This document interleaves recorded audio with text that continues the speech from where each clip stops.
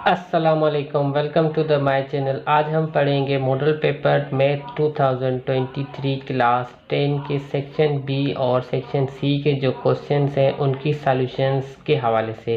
तो यहाँ पे हमारे पास ये जो बोर्ड एग्ज़ाम्स होंगे उसके हवाले से हम प्रिपरेशंस को स्टार्ट कर रहे हैं। तो आपको जो है ना चंद ही दिनों में हम जितने भी मॉडल पेपर्स हैं वो सॉल्व करवाएंगे और आपकी जो प्रिपरेशंस है वो इंशाल्लाह इन मॉडल पेपर्स के बाद बहुत ही अच्छी हो जाएगी। तो इतनी जो है ना हम लंबी वीडियो भी नहीं करेंगे जिस पे आपका टाइम ज़ाया हो। हम छोटी सी वीडियो में आपको जो है ना सेक्शन बी और सेक्शन सी के जो क्वेश्चंस हैं वो आपको सॉल्व करवाएंगे और उनको अच्छे से आपको समझाएंगे भी। तो पूरे बुक की प्रिपरेशंस करने से अच्छा है कि आपके पास जो मॉडल पेपर्स आया हुआ है मार्केट में, उस मार्केट के जो मॉडल पेपर के क्वेश्चंस हैं उनको आप जो है ना वो अच्छे से समझ के सॉल्व करें और उनकी ही प्रिपरेशंस करें। तो आपके जो ये बोर्ड के एग्ज़ाम्स हैं वो इंशाल्लाह अच्छे से गुजरेंगे।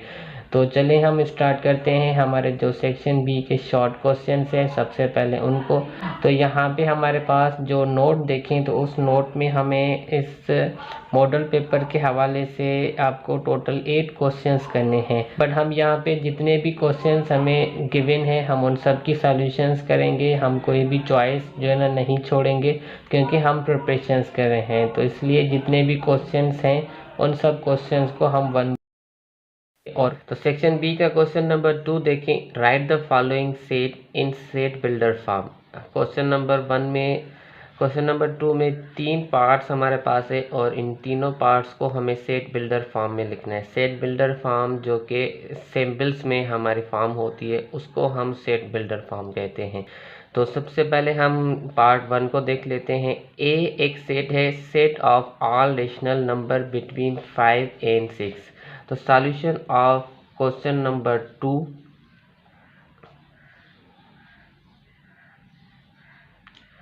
पार्ट 1। तो अब इसमें हमें ए सेट को बताना है तो हम यहाँ पे रिप्रेजेंट भी करेंगे इसको ए से। अब इस देखें तो हमें सेट बिल्डर फॉर्म में लिखना है। तो सेट बिल्डर फॉर्म में हम एक वेरिएबल कंसीडर करेंगे। तो वो वेरिएबल हम यहाँ पे एक्स कंसीडर करते हैं, एक्स सच दैट एक्स। अब वो किससे बिलोंग करता है तो बिलोंग करता है रेशनल नंबर से। तो बिलोंग की जो सिंबल है वो यहाँ पे हम इस्तेमाल करेंगे और रेशनल नंबर की जो सिंबल है उसको हम इस्तेमाल करेंगे जो कि क्यू है। And x greater then 5 and less than 6। तो यहाँ पे हम इसको किस तरीके से लिखेंगे, जो हमारे पास x के बिटवीन में नंबर आ जाएंगे तो x के जो हम लेफ्ट हैंड साइड नंबर लिखेंगे वो लेस देन में काउंट होंगे। तो यहाँ पे हम लेस देन का जो नंबर है उसको लिखेंगे 5 और यहाँ पे राइट हैंड साइड में जो हम x के नंबर लिखेंगे वो क्या काउंट होंगे, ग्रेटर। तो x बिटवीन 5 एंड 6 हम इस तरीके से लिख सकते हैं। x बिटवीन 5 एंड 6 हम इस तरीके से लिख सकते हैं और उसके बाद हम इस करली ब्रैकेट्स को क्लोज करेंगे तो हमारे पास ये सेट बिल्डर फॉर्म जो है ना वो पार्ट ए का बन जाएगा। अब हम पार्ट बी का जो सेट बिल्डर फॉर्म है उसको बनाते हैं। तो सिंपल यहाँ पे पार्ट बी में देखें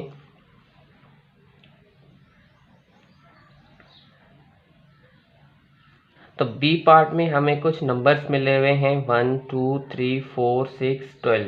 अब देखें तो ये जो 1 है वो भी 12 का डिवाइज़र है, 2 जो है वो भी 12 का डिवाइज़र है, 3 भी 12 का डिवाइज़र है और 4 भी 12 का डिवाइज़र और 4 भी 12 का डिवाइज़र है और 6 भी 12 का डिवाइज़र है, 12 खुद 12 का डिवाइज़र है। तो ये जितने भी नंबर्स हैं वो डिवाइज़र ऑफ 12 हैं और ये पॉजिटिव नंबर्स हैं। हमारे पास दो नंबर्स होते हैं, एक नेगेटिव एक पॉजिटिव। अब ये डिवाइज़र ऑफ 12 हैं कौन से, पॉजिटिव नंबर्स में। तो हम इसको अब किस तरीके से लिखेंगे तो देखें, हमें सेट बी बनाना है। तो B is equal to curly brackets, हम एक वेरिएबल सपोज करेंगे जिसको हमने x सपोज किया, x सच देट x। अब यहाँ पे हमारे पास डिवाइज़र के लिए कोई भी सिंबल नहीं है तो इसमें हम सिंपल जो स्टेटमेंट है उसका इस्तेमाल करेंगे। तो सिंपल यहाँ पे हम क्या लिखेंगे, is a positive divisor of 12। तो जस्ट यहाँ पे हम ये स्टेटमेंट लिखेंगे। शुरू में हमें सिर्फ x सच दैट x का इस्तेमाल करना है। उसके बाद अगर हमारे पास कोई सिंबल्स नहीं है गिवन सेट की तो हम उसमें जो हमारी स्टेटमेंट बन रही है उस स्टेटमेंट को ही लिखेंगे। तो ये आपके पास पार्ट 2 जो है ना वो बन गया। अब हम पार्ट 3 की तरफ चलते हैं। तो पार्ट 3 में हमारे पास क्या है,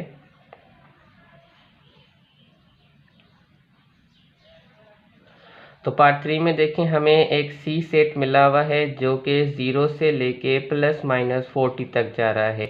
+-40 तक जा रहा है मतलब ये जो लेस नंबर इसमें है वो -40 है और ग्रेटर नंबर जो है ना वो +40 है।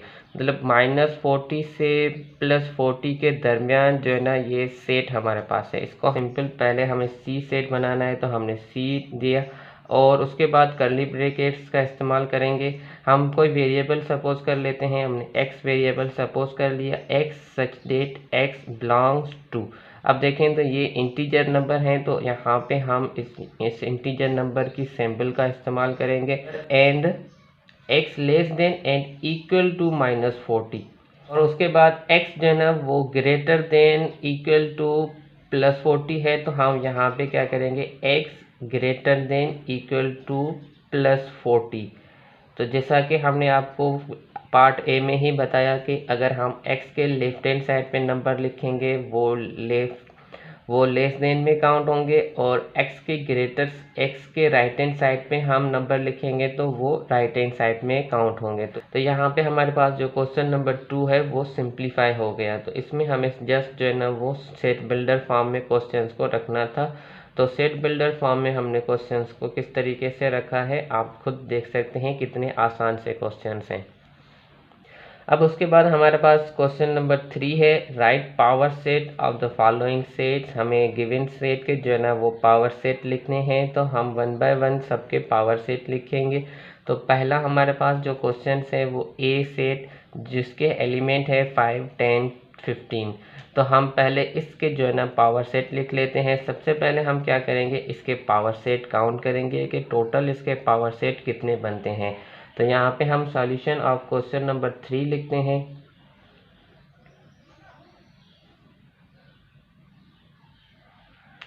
जिसमें हमारे पास पार्ट 1 है।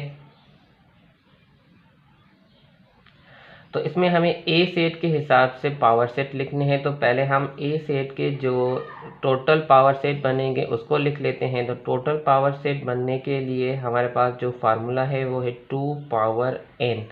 तो यहाँ पे 2 पावर n हम निकालेंगे 2 और n का मतलब नंबर ऑफ एलिमेंट। तो नंबर ऑफ एलिमेंट इसमें टोटल 3 है। 2 का क्यूब जब हम सॉल्व करेंगे तो 2 × 2 × 2। अब इनकी जो मल्टीप्लिकेशन है उसका आंसर हमारे पास आएगा 8।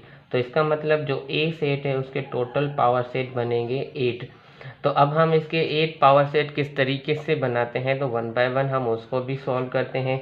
तो सिंपल पावर सेट ऑफ ए, तो सबसे पहले हम इसमें स्टार्टिंग करेंगे एम्प्टी सेट से। तो एम्प्टी सेट को हम यहाँ पे लिखेंगे। स्टार्टिंग हमेशा इसमें आपकी एम्प्टी सेट से होगी और उसके बाद हर एक सेट को लिखने के लिए हम उनके दरमियान कॉमा का इस्तेमाल करेंगे। तो यहाँ पे हम कॉमा लिखेंगे। अब एम्प्टी सेट के बाद जो हमारे पास एलिमेंट्स हैं उन एलिमेंट्स का हम एक एक नंबर करके उन एलिमेंट का हम सिंगलटन सेट बना लें। तो यहाँ पे हम 5 का सिंगलटन सेट बना लेते हैं और उसके बाद 10 का भी सिंगलटन सेट होगा। देन हमारे पास 15 का सिंगलटन सेट होगा। तो ये जितने भी सिंगलटन सेट थे हमने इसके बना लिए। अब उसके बाद हम इसके जो डबल सेट है उसको बनाएं। डबल सेट मतलब ऐसे सेट बनाएं जिसमें 2 एलिमेंट्स आ जाएं। तो यहाँ पे हमारे पास जो फर्स्ट इसके 2 एलिमेंट्स का सेट बनेगा वो 5, 10। अब 5 का 10 से सेट हमारे पास बन गया। तो हम अब 5 का जो है ना वो 15 से सेट बना। इसमें हम रिपीटेशन ऑफ जो नंबर्स हैं उनको नहीं रख सकते। अब उसके बाद 5 का 15 से बन गया, 5 का 10 से बन गया। अब 5 को रिमूव कर दें, उसके बाद 10 और 15 का सेट हमारे पास बनेगा। तो 10 और 15 का हमने सेट बना लिया। अब उसके बाद देखें तो क्या ऐसा कोई सेट है जो डबल सेट जो 2 एलिमेंट्स बन के हमारे पास गिवन सेट में आ जाए। तो हम देखें तो हमने 5 का 10 से बना लिया, 5 का 15 से, 10 का 15 से। अब जब हम इनको बनाएंगे तो ये रिपीटेशंस हो जाएंगे, इसलिए हम अब अगेन इनके जो डबल सेट हैं वो नहीं बना सकते। तो अब हमारे पास काउंटिंग करें तो टोटल कितने सेट देखें बने हैं, 1 2 3 4 5 6 7 सेट बन गए। और लास्ट में हम क्या करेंगे, जो हमारे पास गिवन सेट है उसी सेट को हम रख देंगे। तो देखें हमारे पास गिवन सेट जो है ना वो 3 एलिमेंट्स का है, हम यहाँ पे गिवन सेट को सेम रखेंगे तो हमारे पास टोटल जो है ना वो 8 पावर सेट बन जाएंगे ए सेट के। और हमने मालूम भी किया है कि इस ए सेट के टोटल 8 पावर सेट बनते हैं, जो हमने 1 बाय 1 आपके सामने जो है ना वो बना लिए। तो ये हमारे पास जो क्वेश्चन नंबर 3 है उसका पार्ट 1 हमने आपके सामने सॉल्व किया। याद रहे कि जब भी हमें किसी सेट में 3 एलिमेंट्स मिले हुए होंगे तो उनके टोटल पावर सेट 8 ही बनेंगे। बाय फार्मूला हमने आपको चेक भी करवाया है कि किस तरीके से 3 एलिमेंट्स के जो पावर सेट हैं वो 8 बनते हैं। अब हमारे पास इसका पार्ट 2 है जिसके हमने क्वेश्चंस को दोबारा से लिख लिया है। यहाँ पे देखें तो B x such that x belongs to integer number and x greater than -1 x less than 4। तो -1 से लेके 4 के दरमियान जो नंबर्स होंगे इंटीजर्स, उनका हमें पावर सेट बनाना है। तो सबसे पहले हम इसको जो है ना वो टेबुलर फॉर्म में बना लेते हैं। तो इसकी जो टेबुलर फॉर्म होगी वो देखें सिंपल क्या होगी, -1 से बड़े नंबर। तो -1 के बाद हमारे पास जो नंबर आता है वो 0 आता है, और उसके बाद 1, फिर 2, फिर 3, और 4 से लेस। तो 4 से लेस नंबर 3 है, हम यहाँ पे मतलब 3 तक नंबर्स को लिखेंगे। तो अब हमें b के जो है ना वो पावर सेट बनाने हैं। तो हम इसके टोटल पावर सेट पहले काउंट कर लेते हैं। 2 पावर n ये हमारे पास फार्मूला है, इसमें n हमारे पास 4 है। तो जब हम 2 पावर 4 सॉल्व करेंगे तो हमारे पास जो इसके टोटल पावर सेट हैं वो बनेंगे 16। तो हमें जो है ना गिवन बी सेट के 16 पावर सेट को बनाना है। तो देखें हम किस तरीके से 16 पावर सेट बनाते हैं। तो सबसे पहले हम जैसा कि खाली सेट को लिखेंगे, तो हमारे पास यहाँ पे एम्प्टी सेट हमने ले लिया। उसके बाद हम इसके जो सिंगलटन सेट है उसको बनाएंगे। तो फर्स्ट 0 का हमने सिंगलटन सेट लिया, सेकंड 1 का, और उसके बाद 2 का सिंगल सेट, और देन 3 का सिंगलटन सेट। अब सिंगलटन सेट के बाद हम डबल नंबर्स के जो सेट हैं उनको बनाएंगे। तो हम 0 के पहले जितने डबल सेट बनेंगे इन सब एलिमेंट्स के साथ उनको बनाएंगे। तो 0 का 1 से, उसके बाद 0 का 2 से, उसके बाद 0 का 3 से। अब देखें तो 0 के जितने भी सेट्स हैं हमने इसमें से बना लिए। अब 0 को ख़त्म कर दें, अब 1 के सेट को बनाएं। तो अब 1 के डबल सेट को हम बनाएंगे। तो 1 का एक सेट हमारे पास 2 से लेगा होगा। तो 1 का एक सेट हमारे पास 2 से होगा, और दूसरा 1 का सेट 3 से होगा। तो 1 के भी जो एलिमेंट्स हैं हमने बना लिए, और 1 का 0 से सेट पहले से बना हुआ है। तो अब हम 1 के सेट बना चुके हैं, हम 2 के डबल सेट बनाएंगे। तो 2 का सिर्फ यहाँ पे हमारे पास एक ही डबल सेट बनेगा जो कि 3 से, क्योंकि बाद 2 का 0 से सेट हमने पहले से बनाया हुआ है, 2 का 1 से सेट हमने पहले से ही ले लिया है। अब उसके बाद हमने डबल सेट बना लिए। तो अब हम ट्रिपल सेट जो है ना उनको बनाएंगे। तो ट्रिपल एलिमेंट के सेट को हम देखें किस तरीके से बनाते हैं। तो पहले 0 के ट्रिपल सेट बना लेते हैं। तो यहाँ पे 0 के ट्रिपल सेट क्या होंगे, 0 1 2। तो ये 0 के ट्रिपल सेट एक हमारे पास। अब देखें तो हम इसमें एक नंबर को रिमूव करें, तो 0 1 3 ये हमारे पास 0 के ट्रिपल सेट बन जाएंगे, 0 1 3। तो हमने 0 का 1 2 इससे सेट लिया, 0 का 1 3 से सेट लिया। तो अब हम 0 का 2 और 3 से भी सेट ले सकते हैं। तो एक हमारे पास यहाँ पे सेट ये होगा 0 2 और 3। उसके बाद हम 1 के सेट ले लें। तो 1 के हमारे पास सेट देखें क्या आएंगे, 1 2 3। तो ये हमारे पास 1 2 3 सेट हो जाएंगे। और अब हम देखें अपनी काउंटिंग को। तो काउंटिंग में हमारे पास 1 2 3 4 5 6 7 8 9 10 11 12 13 14 15 टोटल 15 नंबर आ गए। हम बाकी एक सेट की रिक्वायरमेंट है, तो एक हम वही सेट लेंगे जो हमारे पास क्वेश्चंस में गिवन है।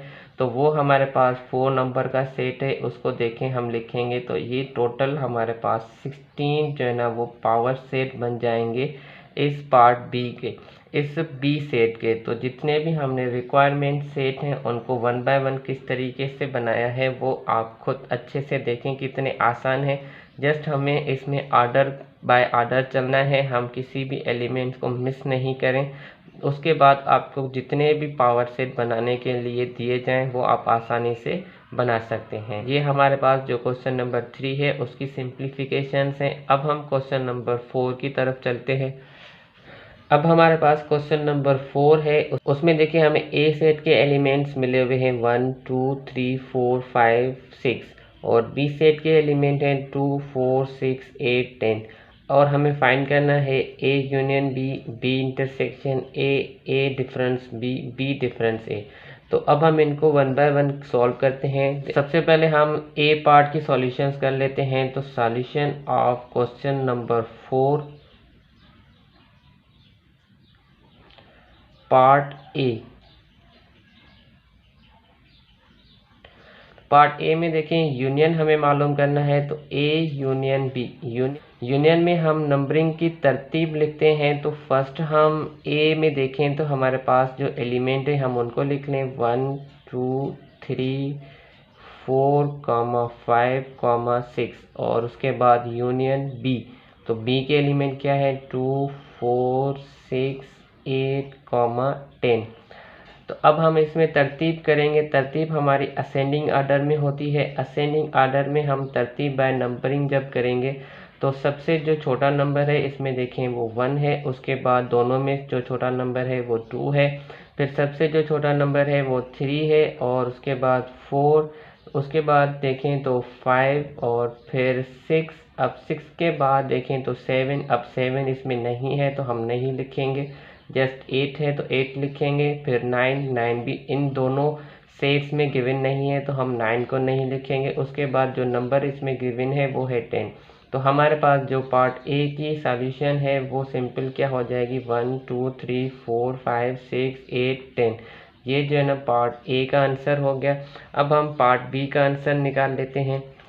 तो पार्ट बी में देखें हमारे पास क्या है, इंटरसेक्शन हमें मालूम करना है। तो इंटरसेक्शन में हम सिंपल क्या करते हैं, दो एलिमेंट जो दोनों सेट्स में कॉमन हो उनको हम निकाल के रखते हैं। तो सबसे पहले यहाँ पे हम बी एलिमेंट्स के सेट को रख देते हैं 2 4 6 8 10 और उसके बाद इंटरसेक्शन ए के एलिमेंट जो कि हमारे पास 1 से लेके 6 तक हैं।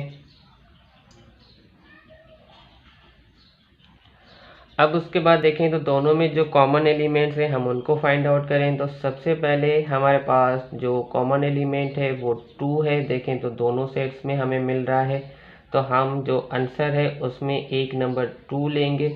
और उसके बाद देखें तो 4 भी दोनों में कॉमन है, तो हम यहाँ पे जो 4 है उसको भी हमारे आंसर्स में लिख सकते हैं क्योंकि हम इंटरसेक्शंस कर रहे हैं। और उसके बाद 6, तो 6 जो है ना वो दोनों में कॉमन है और ये लास्ट एलिमेंट है जो दोनों में कॉमन है। तो हमारे पास जो बी इंटरसेक्शन ए का आंसर आएगा वो 2 4 6। तो ये इंटरसेक्शन हमने सिंपल कर ली। अब हमें पार्ट सी सॉल्व करना है। तो पार्ट सी को देखें।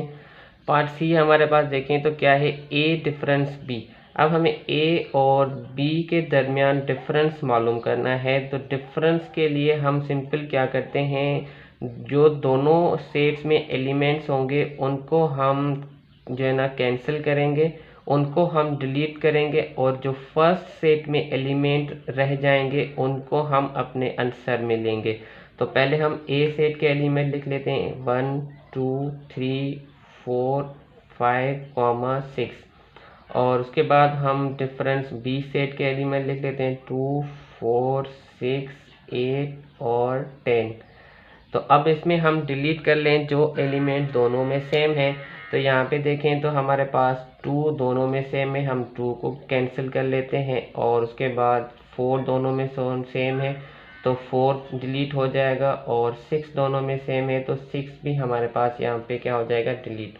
बाकी जो रिमेनिंग एलिमेंट फर्स्ट सेट में होंगे उनको हम लिखेंगे। सेकंड सेट के एलिमेंट जितने भी रिमेनिंग होंगे उनको हम नहीं लिखेंगे। जस्ट जो हमारे पास फर्स्ट सेट के एलिमेंट्स होंगे हम उनको लिखेंगे। तो डिफरेंस में ये रूल होता है कि जो फर्स्ट सेट के एलिमेंट्स बचेंगे हम उनको लिखेंगे। तो 1, 3 और 5। तो ये हमारे पास ए डिफरेंस बी का आंसर है। अब हम बी डिफरेंस ए का आंसर निकाल लेते हैं। तो सिंपल बी डिफरेंस ए जो कि हमारे पास पार्ट डी है। तो अब देखें पार्ट डी में हमें क्या मालूम करना है, बी डिफरेंस ए। तो अब हम दोनों सेट्स के जो एलिमेंट हैं उनमें जो बी सेट के एलिमेंट, क्योंकि अब हमारे पास फर्स्ट सेट क्या है, बी है, तो हम बी सेट के एलिमेंट को कंसीडर करेंगे। बी सेट के एलिमेंट पहले लिख लें 2, 4, 6, 8, 10 और उसके बाद डिफरेंस, फिर ए सेट के एलिमेंट 1, 2, 3, 4, 5, 6। तो अब इनमें हम नंबरिंग जो है ना उनको डिलीट कर लेते हैं। तो सेम नंबर डिलीट होंगे जो हमारे पास ए डिफरेंस बी में डिलीट हुए हैं, 2, 4 और 6। अब जो आंसर है वो चेंज इसलिए आएगा क्योंकि हम बी डिफरेंस ए कर रहे हैं, तो बी के जो एलिमेंट्स हैं हम उनको रखेंगे जो हमारे पास सिर्फ क्या है 8, 10।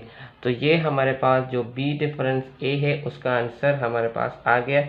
तो ये हमारे पास क्वेश्चन नंबर 4 जो है ना उसकी सिंप्लीफिकेशन हो गई। इतनी आसान सिंप्लीफिकेशन, इसमें हमें यूनियन, इंटरसेक्शन और डिफरेंस करना है। उसके बाद हम क्वेश्चन नंबर 5 को सॉल्व करते हैं।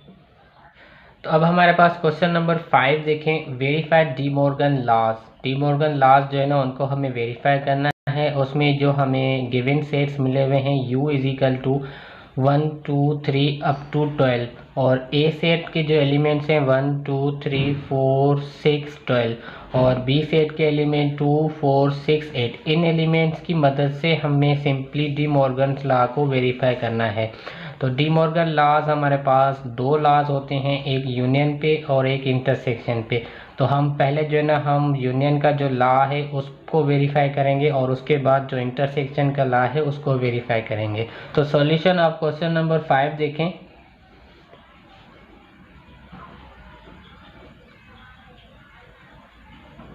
तो हम नंबर 1 जो यूनियन का लॉ है पहले उसको वेरीफाई करते हैं। A union B whole complement जो कि बराबर होता है A complement intersection B complement. तो इसको हम पहले वेरीफाई करते हैं। ये यूनियन का जो डी मॉर्गन का लॉ है उसके हवाले से हम डिस्कस कर रहे हैं। तो पहले देखें, हमें A union B whole complement मालूम करना है। तो हम इसमें जो लेफ्ट हैंड साइड है उसको लेते हैं, टेकिंग लेफ्ट हैंड साइड।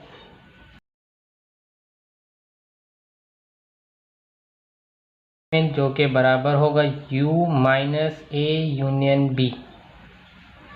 तो पहले हम ए यूनियन बी मालूम करेंगे और उस आंसर को हम u से डिफरेंस करेंगे। तो अब हमें इसको सॉल्व करने के लिए ए यूनियन बी का पहले आंसर चाहिए। तो हम ए यूनियन बी को मालूम कर लेते हैं। फर्स्ट ए यूनियन बी का आंसर देखें तो क्या आएगा, ए यूनियन बी, ए के एलिमेंट्स 1, 2, 3, 4, 6 और 12 और उसके बाद बी के एलिमेंट्स यूनियन बी 2, 4, 6, 8।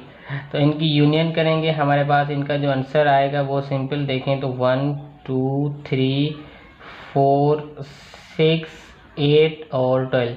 ये ए यूनियन बी का आंसर हमें मिल गया। अब हम इसका कॉम्प्लीमेंट जो है ना उसको सॉल्व कर लेते हैं। तो A union B whole complement.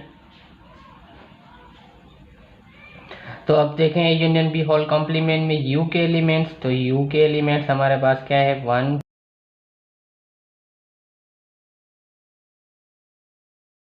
12 और उसके बाद हम सिंपल ए यूनियन बी के एलिमेंट जो कि हमारे पास क्या आए हैं -1, 2, 3, 4 और 6, 8, 12। तो अब हम इनमें डिफरेंस कर लेते हैं। डिफरेंस करने के लिए हम जो सेम एलिमेंट होंगे उनको डिलीट कर देते हैं। तो यहाँ पे 1 और 1 ये सेम एलिमेंट है। उसके बाद 2 यहाँ पे भी देखें 2, फिर 3 यहाँ पे भी 3 है, 4 से डिलीट हो जाएगा। अब 5 इसमें नहीं है तो 5 को हम रिमेनिंग रखेंगे। उसके बाद 6 6 से डिलीट हो जाएगा, 8 से डिलीट होगा और 12 जो है ना वो 12 से डिलीट होगा। तो डिफरेंट में जो भी फर्स्ट सेट के एलिमेंट्स रिमेनिंग बचेंगे हम उनको एज आंसर कंसीडर करेंगे। तो यहाँ पे देखें फर्स्ट हमारे पास जो आंसर है वो 5 और उसके बाद 7, उसके बाद 9, फिर 10 और फिर 11। तो लेफ्ट हैंड साइड का हमारे पास जो A union B whole complement का आंसर आया है वो 5, 7, 9, 10, 11। अब हम जो है ना राइट हैंड साइड को लेते हैं। राइट हैंड साइड का भी आंसर हमें यही सेम आंसर लेके आना है। तो अब हमारे पास राइट हैंड साइड देखें क्या है, कॉम्प्लीमेंट इंटरसेक्शन बी कॉम्प्लीमेंट। तो फर्स्ट हम ए कॉम्प्लीमेंट को मालूम करें। तो ए कॉम्प्लीमेंट किसके बराबर होता है, हम जो जिस भी वैल्यू का कॉम्प्लीमेंट लेंगे उसको यू से माइनस करेंगे, तो यू माइनस ए। तो अब देखें हम इसको जब फाइंड आउट करेंगे हमें ए कॉम्प्लीमेंट मिल जाएगा। यू के एलिमेंट्स हमारे पास क्या है, 1,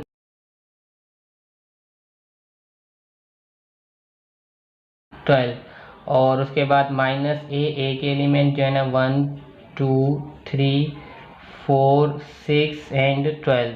तो अब हम इसमें जो नंबर सेम है उनको डिलीट कर लेते हैं। तो यहाँ पे देखें 1 से डिलीट हो जाएगा, 2 से डिलीट होगा, 3 से डिलीट हो जाएगा और 4 से डिलीट होगा। उसके बाद 5 नहीं डिलीट होगा, 6 से डिलीट हो जाएगा और लास्ट 12 जो है ना वो 12 से डिलीट होगा।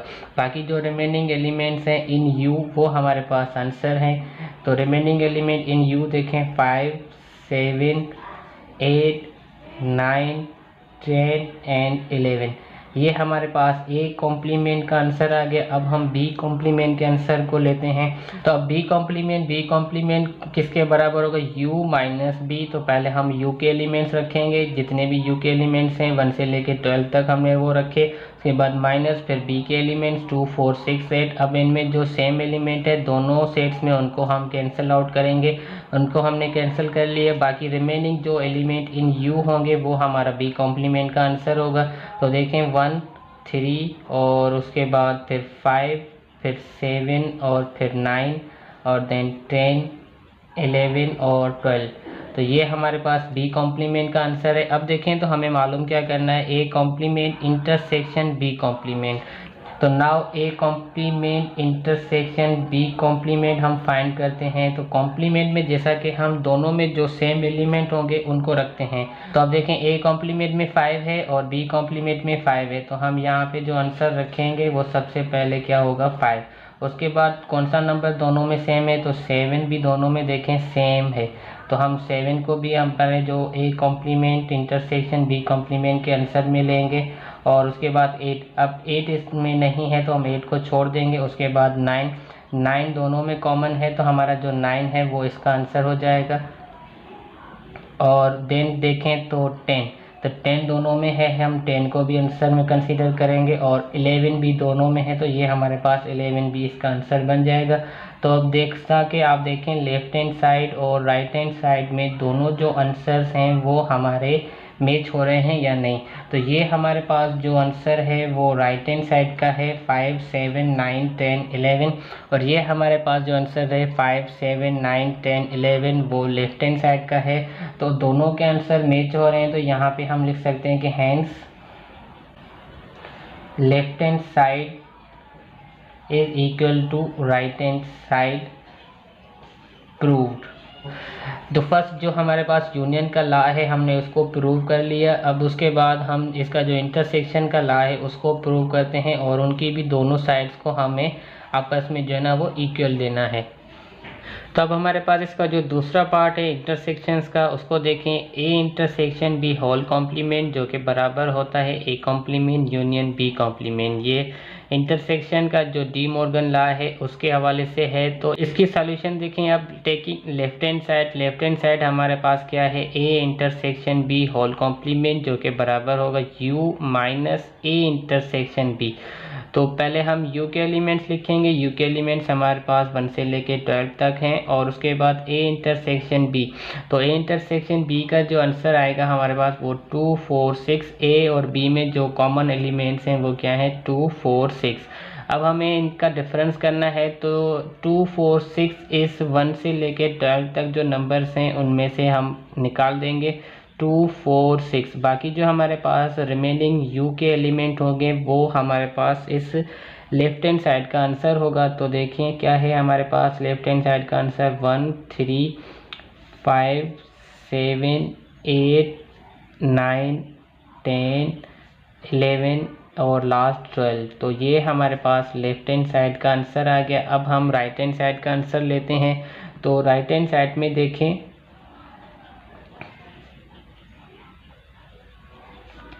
ए कॉम्प्लीमेंट यूनियन बी कॉम्प्लीमेंट। तो हम सेम वैल्यूज़ पे कॉम्प्लीमेंट्स निकाल रहे हैं। तो जो हमने पार्ट 1 में ए कॉम्प्लीमेंट और बी कॉम्प्लीमेंट के आंसर निकाले थे वही सेम इनके भी वही सेम आंसर जो है ना हम यहाँ पे इस्तेमाल करेंगे। तो पार्ट 1 में हमारे पास जो ए कॉम्प्लीमेंट का आंसर आया था वो 5 7 उसके बाद 8 फिर 9 और 10 10 11। तो ये हमारे पास ए कॉम्प्लीमेंट और यूनियन करेंगे उसको बी कॉम्प्लीमेंट से। बी कॉम्प्लीमेंट का जो आंसर था 1 3 5 7 9 और 10 11 और 12। तो अब हमें यूनियन करना है इन दोनों सेट्स के दरमियान। तो देखें यूनियन में हम अरेंजमेंट करेंगे बाय असेंडिंग ऑर्डर। तो असेंडिंग ऑर्डर में फर्स्ट हमारे पास जो लोवेस्ट नंबर है वो है 1, उसके बाद सेकंड जो लोवेस्ट नंबर है वो 3, उसके बाद फिर 5 और देन 7। 7 के बाद देखें तो 8 और उसके बाद 9 आएगा और देन 10 और 11 देन लास्ट 12। तो जैसा कि हम दोनों लेफ्ट हैंड साइड और राइट हैंड साइड के आंसर्स को मैच करें तो वो आपस में बराबर हो रहे हैं। तो यहाँ पे हम क्या लिखेंगे, hence left hand side is equal to right hand side proved. तो ये जो दोनों लॉज हैं हमने 1 बाय 1 आपको जो है ना वो प्रूव करके दिखाए हैं। अब हम जो इसका क्वेश्चन नंबर 6 है उसको सॉल्व करते हैं। तो अब इसका 6 नंबर क्वेश्चन देखें, find the ratio of the following. ये हमारे पास चैप्टर नंबर 18 जो कि न्यू बुक के हिसाब से दूसरा चैप्टर होगा उसके जो क्वेश्चंस हैं उनकी प्रैक्टिस है अब। तो फर्स्ट हमारे पास इसमें क्वेश्चन है 70 kg एंड 28 kg। यहाँ पे रेशियो फाइंड आउट करने के लिए एक बात को याद रखें कि जब भी हम किसी भी नंबर्स के दरमियान रेशियो को फाइंड करें तो उनके जो यूनिट हैं वो सेम होने चाहिए। तो फर्स्ट क्वेश्चन में देखें यूनिट दोनों के सेम है, हम इनको डायरेक्टली सॉल्व करेंगे। अब सेकंड पार्ट में देखें तो सेंटीमीटर और मीटर, तो हमें जो ना इनका यूनिट सेम करना होगा पहले, उसके बाद इसको सिंप्लीफाई करेंगे। और थर्ड क्वेश्चन में देखें मिलीलीटर और लीटर, ये दोनों यूनिट्स भी चेंज हैं तो पहले हमें इन दोनों यूनिट्स को सेम करना होगा, देन हम इनको सॉल्व करेंगे। तो फर्स्ट पार्ट जो है ना पहले हम उसको सॉल्व कर लेते हैं। सॉल्यूशन ऑफ क्वेश्चन नंबर 6 और उसमें भी पार्ट 1। तो पार्ट 1 हमारे पास क्या है, 70 kg एंड 28 kg। हमें इनके दरमियान रेशियो फाइंड करना है तो हम इनको रेशियो की फॉर्म में लिख लेते हैं 70:28। तो रेशियो के लिए हम सिंपल गिवन वैल्यूज़ को सिंपलेस्ट फॉर्म में लेके आएंगे, मतलब ऐसी फॉर्म जिसमें कोई और टेबल उनको डिवाइड नहीं करे। तो यहाँ पे देखें दोनों नंबर्स पे जो 14 की टेबल है वो इसको डिवाइड करती है, तो हम बाय 14 दोनों नंबर्स को डिवाइड करेंगे। तो 14 की टेबल जो 70 पे लगेगी वो 5 टाइम और जो 28 पे लगेगी वो 2 टाइम। तो इसका जो हमारे पास रेशियो है वो क्या आ जाएगा, 5:2। तो ये हमारे पास रेशियो जो है ना वो 70 और 28 kg का बन जाएगा। तो उसके बाद हम इसका जो पार्ट नंबर 2 है उसको सॉल्व कर लेते हैं। पार्ट नंबर 2 में हमारे पास वैल्यू क्या है, 60 सेंटीमीटर एंड 1 मीटर। तो पहले हम मीटर को सेंटीमीटर में कन्वर्ट कर लेते हैं। तो since 1 metre is equal to 100 centimetres, तो अब देखें 1 मीटर 100 सेंटीमीटर के बराबर होता है, तो दोनों यूनिट्स हमारे पास सेम बन गए। अब 60 और 100 का हम जो है ना रेशियो फाइंड आउट कर लेते हैं। तो 60:100। तो दोनों पे देखें तो 10 की टेबल लग रही है, हम 10 की टेबल से इसको डिवाइड करेंगे तो 10 की टेबल 60 पे 6 टाइम और 100 पे 10 टाइम। उसके बाद अगेन देखें तो इन दोनों पे 2 की टेबल लग रही है, तो हम इसको अगेन सिंप्लीफाई कर लेते हैं, यहाँ पे 3 टाइम और यहाँ पे 10 की टेबल 5 टाइम। अब देखें दोनों पे कोई भी टेबल डिवाइड नहीं करेगी, तो ये हमारे पास इस गिवन वैल्यू का जो है ना वो रेशो मिल जाएगा। अब पार्ट नंबर 3 में जो वैल्यू हमारे पास है वो है 200 मिलीलीटर और 2 लीटर। तो पहले हम लीटर को मिलीलीटर में कन्वर्ट करेंगे, since 1 litre is equal to 1000 millilitre. तो 1000 मिलीलीटर 1 लीटर के बराबर है, तो जब हम 2 से इसको डिवाइड करेंगे तो हमारे पास जो 2 लीटर है वो बराबर हो जाएगा 2000 मिलीलीटर के। हम जो रेशो निकालेंगे वो 200 मिलीलीटर का 2000 मिलीलीटर से निकालेंगे। तो देखें हम रेशो में वो वैल्यूज़ लिख लेते हैं, 200 रेशो 2000। अब इनमें हम सिंप्लीफिकेशंस कर लेते हैं। यहाँ पे जो है ना 200 की टेबल 1 टाइम लगेगी और यहाँ पे 200 की टेबल जो है ना वो 20 टाइम लगेगी। तो इसका अब हमारे पास जो रेशियो आएगा वो 1:20। तो ये जो हमारे पास पार्ट नंबर 3 है उसका रेशियो हमने फाइंड आउट कर लिया। अब हम जो क्वेश्चन नंबर 7 है उसको स्टार्ट करते हैं। तो अब हमारे पास जो क्वेश्चन नंबर 7 है वो देखें, if directly proportional to 1/r² and f is equal to 8 when r is equal to 2, then find number 1 if when r is equal to 5, number 2 r when f is equal to 24। तो सबसे पहले हमारे पास जो condition है हम उस condition को इक्वेशन में कन्वर्ट करते हैं। if डायरेक्टली प्रोपोर्शनल है 1/r² से, तो डायरेक्टली को हम कन्वर्ट करेंगे किसी कांस्टेंट पे। तो यहाँ पे हम इसको सपोज कर लेते हैं k, तो k हमने यहाँ पे डायरेक्टली की जगह पे कांस्टेंट लिया है। अब उसको हम मल्टीप्लाई करेंगे 1/r² से। तो जब हम इसकी सिंप्लीफिकेशंस करेंगे तो हमें f इजिकल टू k/r² मिलेगा। इसको हम इक्वेशन नंबर 1 का नाम दे देते हैं। अब हमने यहाँ पे जो k कांस्टेंट सपोज किया है इसकी वैल्यू हम निकालेंगे। इसकी वैल्यू हम किसकी मदद से निकालेंगे, जो हमें इस कंडीशंस में सबसे पहली जो वैल्यूज़ हैं उनको इस्तेमाल करेंगे। तो यहाँ पे f हमारे पास जो है वो 8 हमें मिला हुआ है और जो k है उसको हमें फाइंड करना है, और r जो हमारे पास है वो 2 है, तो 2 का हम स्क्वायर करेंगे 4। अब सिंपली 4 को हम 8 से जब मल्टीप्लाई करेंगे तो हमारे पास जो k है उसकी वैल्यू आ जाएगी 32। तो सिंपल हमें जो k की वैल्यू मिली है इसको हम पुट करेंगे इक्वेशन नंबर 1 में। सिंपल इक्वेशन नंबर 2 हमारी 1 में से क्या बनेगी, k की वैल्यू 32 और जो यहाँ पे r² है इक्वेशन नंबर 1 में उसको हम सेम रखेंगे और ये हमारे पास इक्वेशन नंबर 2 बन जाएगी। अब हम इस इक्वेशन नंबर 2 में जो हमें रिक्वायर्ड है उस रिक्वायर्ड को मालूम करेंगे। पहले हम पार्ट 1 में देखें तो हमें f की वैल्यू मालूम करनी है और r की वैल्यू 5। तो सिंपल यहाँ पे हम f मालूम करेंगे, तो f को हम सेम रखेंगे 32/r की वैल्यू 5 का स्क्वायर करेंगे 25। अब देखें तो दोनों ये वैल्यूज़ आपस में सिंप्लीफाई नहीं होती, तो f हमारे पास यही आएगा 32/25। तो फर्स्ट हमने सिंपली सॉल्व कर लिया। अब हमारे पास जो सेकंड नंबर है हम उसको सॉल्व करते हैं। तो सेकंड नंबर में हमारे पास देखें क्या है, और हमारे पास जो f है उसकी वैल्यू मिली हुई है 24। तो अब देखें हम f की वैल्यू 24 इस्तेमाल करके r की वैल्यू को फाइंड करेंगे। वी हैव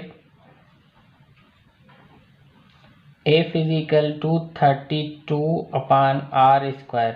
तो अब हम इसमें f की वैल्यू इस्तेमाल करके r की वैल्यू को फाइंड आउट करेंगे। तो सिंपल f की वैल्यू हमारे पास क्या है 24 और 32/r² सेम रखें। तो अब r यहाँ पे डिवाइड हो रहा है, इस तरफ आके मल्टीप्लाई होगा, तो 24r² is equal to 32। 24r के साथ मल्टीप्लाई हो रहा है, इस तरफ जाके डिवाइड होगा, तो हमारे पास ये जो इक्वेशन है वो क्या बन जाएगी, r² इज इक्वल टू 32/24। तो अब इन दोनों पे टेबल लग रही है 8 की टेबल 32 पे 4 टाइम और 24 पे 3 टाइम। हमें r की वैल्यू चाहिए तो हम दोनों तरफ पे स्क्वायर रूट का इस्तेमाल करेंगे, तो यहाँ पे हमारे पास जस्ट r आएगा और 4 का स्क्वायर रूट 2 और उसके बाद 3 जो है ना वो हम स्क्वायर रूट में ही रखेंगे, क्योंकि 3 का स्क्वायर रूट हमारे पास डेसिमल में आ जाता है और हमें यहाँ पे डेसिमल के नंबर को इस्तेमाल नहीं करना। तो सिंपल हमारे पास जो r की वैल्यू आएगी 2/√3। तो यहाँ पे हमारे पास जो क्वेश्चन नंबर 7 है वो कंप्लीट होता है। तो अब क्वेश्चन नंबर 8 देखें, if x ratio y is equal to z ratio w। ये एक प्रोपोर्शन हमें मिली हुई है। इस एक प्रोपोर्शंस की मदद से हमें ये जो पार्ट 1 और पार्ट 2 मिले हुए हैं उनको सॉल्व करना है। तो सिंपल हमारे पास जो क्वेश्चन है, इस क्वेश्चन में हमें इसी क्वेश्चन को प्रूव करना है। किसकी हेल्प से? ये जो गिवन प्रोपोर्शन है इसकी मदद से। तो हम क्वेश्चंस को स्टार्ट कर लेते हैं। पहले हमें जो प्रोपोर्शंस मिला हुआ है हमने उसको लिख लिया। अब ये रेशियो की फॉर्म में है तो इसको हम फ्रैक्शन की फॉर्म में लिख सकते हैं, x/y is equal to z/w। तो यहाँ पे हमारे पास इस पूरे क्वेश्चंस में देखें तो जस्ट 4 और 3 यही नंबर इस्तेमाल हुए हैं। तो जो फर्स्ट नंबर इस्तेमाल होगा उसको हम न्यूमरेटर और जो सेकंड नंबर इस्तेमाल होगा उसको हम डिनोमिनेटर में इस पूरे प्रोपोर्शंस के साथ दोनों साइड्स पे मल्टीप्लाई करेंगे। तो मल्टीप्लाइंग बोथ साइड्स बाय 4/3। अब 4x से मल्टीप्लाई होगा तो 4x और 3y से मल्टीप्लाई होगा 3y। अब राइट हैंड साइड पे 4z से मल्टीप्लाई होगा 4z और 3w से मल्टीप्लाई होगा 3w। तब उसके बाद हमें इस फंक्शंस में देखें तो हमें 4 वैल्यूज़ मिली हुई हैं। हम इन 4 वैल्यूज़ को नाम दे देते हैं। तो ये a और ये हमारे पास b की वैल्यू और ये c और ये हमारे पास d की वैल्यू। तो अब इस पे जो है ना हम कंपोनेंडो और डिवाइडेंडो थ्योरम को अप्लाई करेंगे। तो कंपोनेंडो और डिवाइडेंडो थ्योरम होता क्या है? a+b divided by a-b is equal to c+d divided by c-d। तो जब हम इस गिवन पार्ट में कंपोनेंडो और डिवाइडेंडो थ्योरम को इस्तेमाल करेंगे तो हमें कंपोनेंडो और डिवाइडेंडो थ्योरम इस्तेमाल करने के बाद जो हमें प्रूव करना है वो रिक्वायर्ड सॉल्यूशन मिल जाएगी। तो ये हमारे पास जो पार्ट 1 है उसकी सॉल्यूशन है। अब हम पार्ट 2 की जो सॉल्यूशन है उसको समझते हैं। अब देखें पार्ट 2 में हमें जो क्वेश्चंस मिला हुआ है लेफ्ट हैंड साइड और राइट हैंड साइड, हमें लेफ्ट हैंड साइड और राइट हैंड साइड को गिवन प्रोपोर्शंस की हेल्प से जो है ना प्रूव करना है। तो गिवन प्रोपोर्शन हमारे पास x/y और z/w था। अब इसमें देखें तो फर्स्ट नंबर 2 और सेकंड नंबर 3। तो 2 और 3 के अलावा इस पूरे क्वेश्चंस में हमें कोई वैल्यूज़ नहीं मिली हुई। तो हम 2 और 3 से इस गिवन रेशियो को मल्टीप्लाई करेंगे दोनों साइड से। तो multiplying by 2/3 on both sides. जब हम इस गिवन रेशियो में 2/3 से दोनों साइड्स से मल्टीप्लाई करेंगे तो हमारे पास लेफ्ट हैंड साइड पे क्या होगा 2x/3y और राइट हैंड साइड पे क्या होगा 2z/3w। अब उसके बाद हमें इस पे कंपोनेंडो और डिवाइडेंडो थ्योरम अप्लाई करना है जैसा हम पार्ट 1 में करके आए हैं। तो फर्स्ट रेशियो में a और b है, सेकंड रेशियो में हमारे पास c और d है। तो कंपोनेंडो और डिवाइडेंडो थ्योरम में क्या होता है a+b divided by a-b, a+b a2x b3y, a+b a-b और उसके बाद लेफ्ट हैंड साइड पे c+d। c की वैल्यू 2z और d की वैल्यू 3w। तो 2z + 3w divided by 2z - 3w। Componendo और डिवाइडेंडो थ्योरम हमने इस फंक्शंस पे अप्लाई किया। अब उसके बाद हम देखें तो हमें जो ये पार्ट मिला है वो गिवन क्वेश्चन से नहीं मैच हो रहा है। तो इसके लिए हम अगेन जो है ना इसको आगे सॉल्यूशंस में लेके आएंगे। तो यहाँ पे हम अब एक और थ्योरम है इसी चैप्टर में उसको इस्तेमाल करेंगे जिसको हम अल्टरनेटो थ्योरम कहते हैं। तो बाय यूजिंग अल्टरनेटो थ्योरम क्या होता है कि a को हम डिवाइड करेंगे c से और b को हम डिवाइड करेंगे d से। तो फर्स्ट रेशियो हमारे पास जो है ये a की वैल्यू और ये हमारे पास b की वैल्यू और उसके बाद सेकंड रेशियो में c की वैल्यू और ये हमारे पास d की वैल्यू। तो a को हम c से डिवाइड करेंगे 2x + 3y divided by c जो कि 2z + 3w है। b को हम d से डिवाइड करेंगे तो b की वैल्यू 2x - 3y और उसको डिवाइड करेंगे d से, d की वैल्यू 2z - 3w। अब हमने इस फंक्शंस में अल्टरनेटो थ्योरम को इस्तेमाल कर लिया। अब हमारे पास ये वापसी ये जो फंक्शंस है वो a/b = c/d में हम कंसीडर करेंगे। तो अब हम इस फंक्शन पे दूसरी मर्तबा कंपोनेंडो और डिवाइडेंडो थ्योरम को इस्तेमाल करेंगे। a की वैल्यू 2x + 3y और उसके बाद प्लस b की value 2z + 3w। Divided by same यही वैल्यू इनको हम माइनस करेंगे। तो जब भी हम माइनस करेंगे, अगर माइनस के बाद फंक्शंस एक से ज़्यादा टर्म में है तो उसको हम ब्रैकेट में रखेंगे। इस वजह से यहाँ पे हमने जो b की वैल्यू है उसको ब्रैकेट में रखा है। उसके बाद राइट हैंड साइड में c प्लस d, तो c की वैल्यू 2x माइनस 3y और d की वैल्यू 2z माइनस 3w जो कि हमने रखी। डिवाइड करेंगे हम c माइनस डी से, तो c की वैल्यू सेम हमने रखी। उसके बाद माइनस और d की वैल्यू में 2 रकमें हैं तो हम माइनस की वजह से दोनों रकमों को जो है ना वो ब्रैकेट में रख रहे हैं। अब सिंप्लीफाई करें, जो ये माइनस इन दोनों रेशियोज में मल्टीप्लाई हो रही है तो बाकी जितनी भी वैल्यूज़ हैं उनको हम सेम रखेंगे, जस्ट माइनस को मल्टीप्लाई करेंगे। तो ये माइनस जब इन दोनों प्लस की वैल्यूज़ के साथ मल्टीप्लाई होगी तो ये दोनों रकमें जो हमारे पास हैं वो माइनस में आ जाएंगी। इन दोनों वैल्यूज़ के साथ मल्टीप्लाई करेंगे तो जो प्लस की वैल्यू है वो माइनस में आ जाएगी और जो माइनस की वैल्यू है वो प्लस में आ जाएगी। और उसके बाद हम जब अपने इस सॉल्यूशन को क्वेश्चन से कंपेयर करेंगे तो हमें वही सॉल्यूशंस मिल रही है जो हमें क्वेश्चंस में गिवन थी। तो ये हमारे पास जो पार्ट 2 है क्वेश्चन नंबर 8 का हमने प्रूव कर लिया। तो अब क्वेश्चन नंबर 9 देखें। क्वेश्चन नंबर 9 में हमें गिवन जो प्रोपोर्शन है वो P/Q जो कि बराबर है R/S से। हमें इस प्रोपोर्शन की हेल्प से सिंपली ये जो हमारे पास फंक्शंस है इस फंक्शंस को आपस में बराबर रखना है। तो यहाँ पे इन क्वेश्चंस को सॉल्व करने के लिए हम के मेथड का इस्तेमाल करेंगे। के मेथड सिंपली क्या होता है कि जो आपके पास गिवन प्रोपोर्शन है उसको के बराबर लेके उसमें से किसी भी दो की जो है ना वो इक्वेशंस बनाएं। तो यहाँ पे हमने P/Q को और R/S को के बराबर लिया।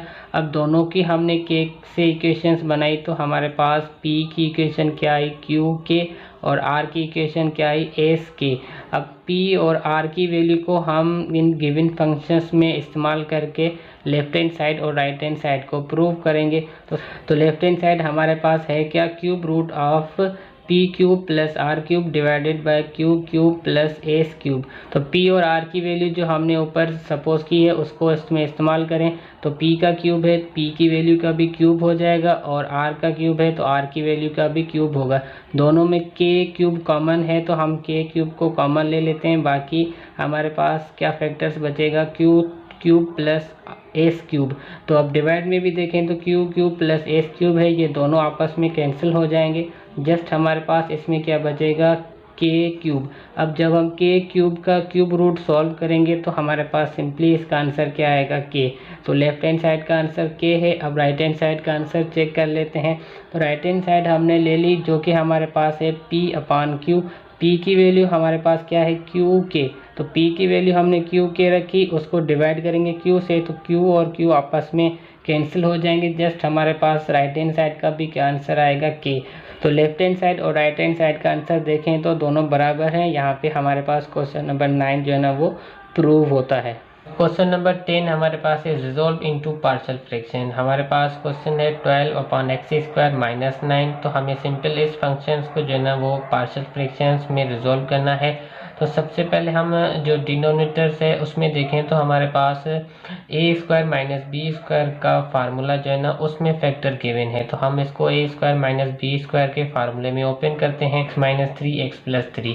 तो अब यहाँ पे देखें तो हमारे पास डिनोमिनेटर्स में दो फैक्टर्स आ गए। तो यहाँ पे हमारे पास दो फैक्टर्स आ गए डिनोमिनेटर्स में। हम इन दोनों फैक्टर्स के जो है ना वो अननोन्स को मालूम करेंगे। यहाँ पे हमने एक फैक्टर जो है ना x माइनस 3 के साथ एक अननोन ले लिया और x प्लस 3 के साथ b को अननोन ले लिया और इसमें हम हमेशा यहाँ पे प्लस की निशानी जो है ना उसको इस्तेमाल करेंगे। तो ये हमारे पास इक्वेशन नंबर 1 बन गई। अब हमें a और b की वैल्यू को फाइंड करना है। तो उसके लिए हम सिंपल क्या करेंगे, जो हमारे पास लेफ्ट हैंड साइड है मतलब x माइनस 3 x प्लस 3, इसको हम इस पूरी इक्वेशन के साथ मल्टीप्लाई करेंगे। तो multiplying both sides by x minus 3 x plus 3। तो जैसे ही हम इक्वेशन 1 के साथ x माइनस 3 x प्लस 3 दोनों साइड्स पे मल्टीप्लाई करेंगे तो ये दोनों फैक्टर्स जो है ना वो हमारे पास इस x माइनस 3 x प्लस 3 से कैंसिल हो गए। जस्ट लेफ्ट हैंड साइड पे 12 आएगा और उसके बाद इससे जब हम x minus 3 x plus 3 multiply करेंगे तो x-3 से कैंसिल होगा और x+3 a से जाके मल्टीप्लाई होगा। उसके बाद प्लस फिर इस वैल्यू के साथ जब हम x-3 मल्टीप्लाई करेंगे तो x+3 में कैंसिल होगा। जस्ट x-3 वो b से मल्टीप्लाई करेंगे तो b x-3, इसको हमने इक्वेशन नंबर 2 का नाम दिया है। तो सबसे पहले हम x-3 को 0 के बराबर कंसीडर करते हैं और उसमें से हमें x की वैल्यू मिलेगी 3, क्योंकि यहाँ पे -3 है। इसको शिफ्ट करेंगे राइट हैंड साइड पे तो प्लस का 3, x = 3, इसको हम पुट करेंगे इक्वेशन नंबर 2 में। तो देखें हम जब x की जगह यहाँ पे 3 रखेंगे तो हमारे पास लेफ्ट हैंड साइड में x है ही नहीं, तो 12 सेम आएगा। और यहाँ पे हम x की जगह 3 रखेंगे, 3 + 3, और उसके बाद प्लस फिर b की वैल्यू में भी x की जगह हमने 3 रखा, तो 3 + 3 करेंगे 6a आएगा और 3 - 3 करेंगे 0। अब 0 b के साथ मल्टीप्लाई होगा तो b का फंक्शन से यहाँ से ख़त्म हो जाएगा। जस्ट हमारे पास जो वैल्यू बचेगी वो 12 = 6a। हमें a की वैल्यू निकालनी है तो 6 को हम शिफ्ट करेंगे लेफ्ट हैंड साइड पे, तो ये मल्टीप्लाई में है, इस तरफ आके डिवाइड होगा। तो a = 12/6, 6 की टेबल 12 पे लगाएंगे 2 टाइम, तो a = 2। तो उसको हमने 0 के बराबर लिया और ये प्लस का 3 है, इस तरफ शिफ्ट करेंगे तो माइनस का हो जाएगा। x की वैल्यू हमें -3 मिलेगी। इसको अगेन हम इक्वेशन नंबर 2 में पुट करेंगे। दोनों फैक्टर्स में x की जगह हमने -3 रखा। अब देखें तो -3 माइनस का 6 हो जाएगा और उसके बाद -3 + 3 0 a से मल्टीप्लाई करेंगे तो ये पूरा फैक्टर खत्म हो जाएगा। जस्ट हमारे पास जो वैल्यू बचेंगी वो 12 = -6 b से मल्टीप्लाई करेंगे तो -6b। अब यहाँ पे हमें b की वैल्यू चाहिए तो -6 b के साथ मल्टीप्लाई हो रहा है, इसको शिफ्ट करेंगे तो ये 12 से जाके डिवाइड होगा। अब 6 की टेबल 12 को 2 टाइम लगेगी और 6 माइनस में है, तो यहाँ पे b की जो वैल्यू हमारे पास आएगी वो माइनस में आ जाएगी। अब हम a और b की जो हमने वैल्यू फाइंड आउट की है इसको हम इक्वेशन नंबर 1 में रखेंगे और वही हमारे पास इस गिवन क्वेश्चंस का पार्शियल फ्रैक्शन होगा। तो सिंपल इक्वेशन नंबर 1 हमारे पास क्या है, 12/x-3 x+3 = a। तो a की वैल्यू हमारे पास 2 है, 2/x-3। अब यहाँ पे देखें तो b की वैल्यू -2 है, तो जब हम यहाँ पे प्लस के साथ माइनस मल्टीप्लाई करेंगे तो ये माइनस में आ जाएगा और b की वैल्यू 2/x+3। तो ये हमारे पास जो क्वेश्चन नंबर 10 है वो पार्शियल फ्रैक्शंस में कन्वर्ट हो गया। और ये हमारे पास जो डिनोमिनेटर फंक्शंस है वो लीनियर फैक्टर का है। इसके 4 केसेस हैं, तो इसको हम 1 बाय 1 बाकी जो आगे के मॉडल पेपर्स हैं उनमें करते जाएंगे। तो अब उसके बाद 11th नंबर क्वेश्चन देखें। इसमें हमारे पास ट्राइंगल की कुछ साइड्स की लेंथ हमें मिली हुई है और हमें राइट एंगल और हमें उस ट्राइंगल को राइट एंगल प्रूव करना है। तो सिंपल हम राइट एंगल प्रूव करने के लिए पिथागोरस थ्योरम को प्रूव करेंगे और गिवन वैल्यूज जो है ना वो पिथागोरस थ्योरम पे अगर प्रूव हो जाती हैं तो ये वैल्यूज हमारे पास राइट एंगल होंगी। तो सिंपल यहाँ पे देखें, a हमारे पास क्या है 16 है, b क्या है 30 है और c 34 है। अब a को हम परपेंडिकुलर कह लेते हैं, b को बेस और c को हमने हाइपोटेन्यूज के लिए। तो for right angle triangle prove Pythagoras theorem. Pythagoras theorem क्या होता है, h² = p² + b²। h की वैल्यू हमारे पास c उसका स्क्वायर, p की वैल्यू a उसका स्क्वायर और b की वैल्यू स्मॉल b उसका स्क्वायर। तो c की वैल्यू हमारे पास क्या है 34 का स्क्वायर हमने किया और a की वैल्यू 16 उसका स्क्वायर लिया, b की वैल्यू 30 उसका स्क्वायर। तो 34 का स्क्वायर जब हम सॉल्व करेंगे 34 × 34 उसका आंसर आएगा 11.56 और 16 का स्क्वायर सॉल्व करेंगे 256, 30 का स्क्वायर 900, 256 में जब हम प्लस 900 करेंगे तो हमारे पास जो आंसर आएगा वो 11.56 आएगा। अब देखें तो लेफ्ट हैंड साइड और राइट हैंड साइड यहाँ पे बराबर हैं, तो गिवन वैल्यू जो है ना वो पिथागोरस थ्योरम को प्रूव कर रही है। इसका मतलब ये जो हमारे पास ए बी सी की लेंथ जो मिली हुई हैं वो राइट ट्राइंगल की वैल्यूज़ हैं। अब हम इसका जो पार्ट 2 है उसको सॉल्व कर लेते हैं। हमारे पास इसका जो पार्ट 2 है उसमें देखें यहाँ पे भी हमारे पास जो a है उसको हमने परपेंडिकुलर सपोज किया, b को बेस और c को जो है ना हाइपोटेन्यूज। तो for right angle triangle verify Pythagoras theorem को हम सिंपल वेरीफाई करेंगे, जो कि हमारे पास है h² = p² + b²। h की वैल्यू c, इसको हम h की वैल्यू c उसका स्क्वायर, p की वैल्यू a उसका स्क्वायर और b की वैल्यू स्मॉल b उसका स्क्वायर। तो c की हमारे पास लेंथ क्या है 25, a की लेंथ 15 और b की लेंथ 20। 25 का स्क्वायर सॉल्व करेंगे तो 625 आएगा।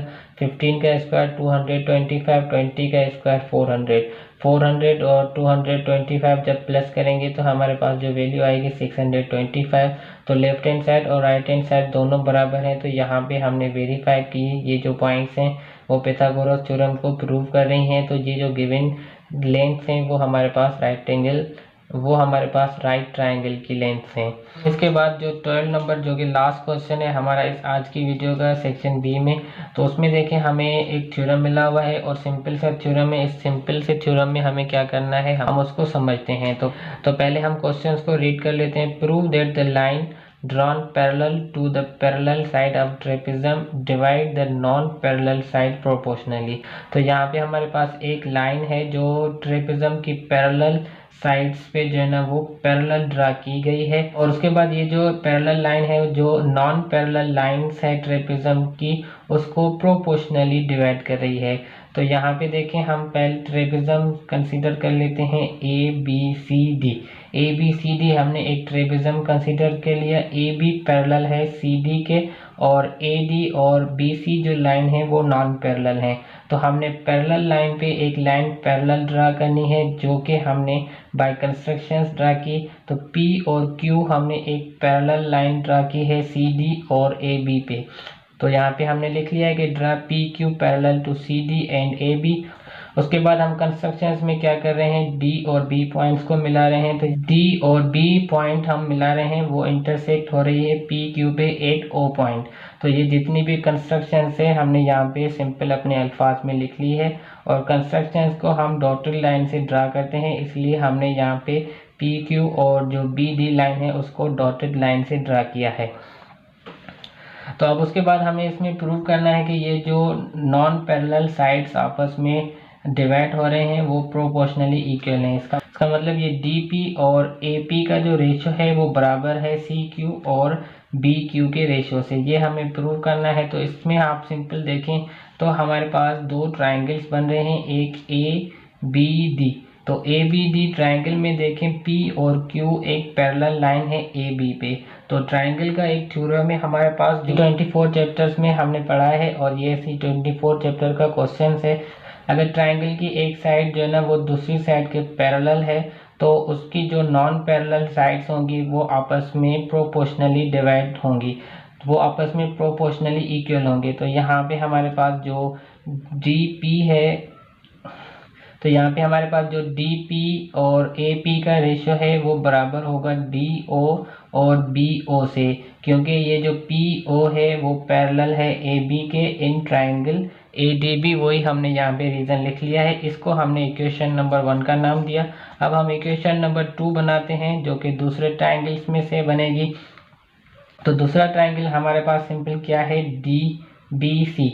अब डी बी सी में भी देखें जो क्यू ओ है वो पैरेलल है सी डी के, और ये हमारे पास एक ट्रायंगल है, तो इसकी जो नॉन पैरेलल साइड्स होंगी वो आपस में प्रोपोर्शनली इक्वल होंगी। तो इसका मतलब जो सी क्यू और बी क्यू का रेशियो है वो हमारे पास डी ओ और बी ओ के बराबर होगा। इसका रीज़न सिंपल के जो क्यू ओ है वो पैरेलल है सी डी लाइन के, और ये हमारे पास थ्योरम है। तो हमने इस थ्योरम की मदद से दोनों ट्रायंगल्स में से हमने ये जो इक्वेशन 1 और इक्वेशन 2 बनाई है। अब हम इक्वेशन 1 और इक्वेशन 2 में देखें तो हमारे पास जो राइट हैंड साइड है दोनों की सेम है। जब राइट हैंड साइड दोनों की सेम है, लेफ्ट हैंड साइड को भी हम बराबर कर सकते हैं, और ए पी का रेशो जो बराबर है C Q ratio B Q के। रीजन हमारे पास के each equal to D O B O, दोनों जो है ना वो D O ratio B O के बराबर हैं। तो हमें यही सिंपल प्रूव करना था। तो उम्मीद करते हैं ये जो हमने आपको सेक्शन बी के जितने भी क्वेश्चंस करवाए हैं वो आपके लिए एग्जाम्स में काफ़ी हेल्पफुल होंगे। तो इनको अपने पास सेव करके रखें ताकि एग्ज़ाम में आपकी मदद हो सके। एग्ज़ाम के लिए अपनी प्रिपरेशंस को अच्छे से बनाएं ताकि आपके जो एग्ज़ाम्स हैं उनमें आपकी मार्क्स अच्छी हो जाए। हम जो है ना जल्द ही इसका जो सेकंड पार्ट है सेक्शन सी उसको भी अपलोड करेंगे। तब तक के लिए अपना ख्याल रखें। अल्लाह हाफ़िज़।